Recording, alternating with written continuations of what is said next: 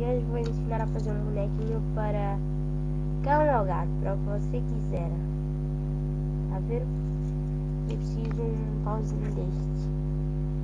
Mas como? Mas depois podem tirar a cabeça a um boneco, que não seja muito importante. Vocês já não gostem. Depois, e se quiserem, podem comprar um pau mais grosso que isto.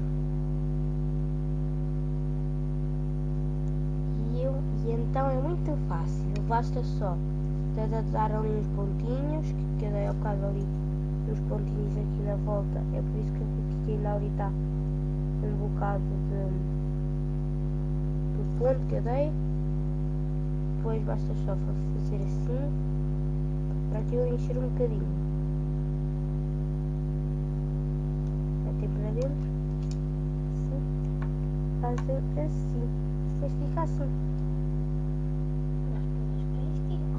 Mas depois vocês podem colar com cola quente ou isso, mas se não quiserem, basta fazerem assim para algum lado com força.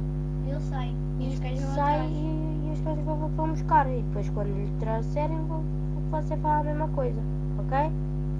Tchau, até o próximo vídeo.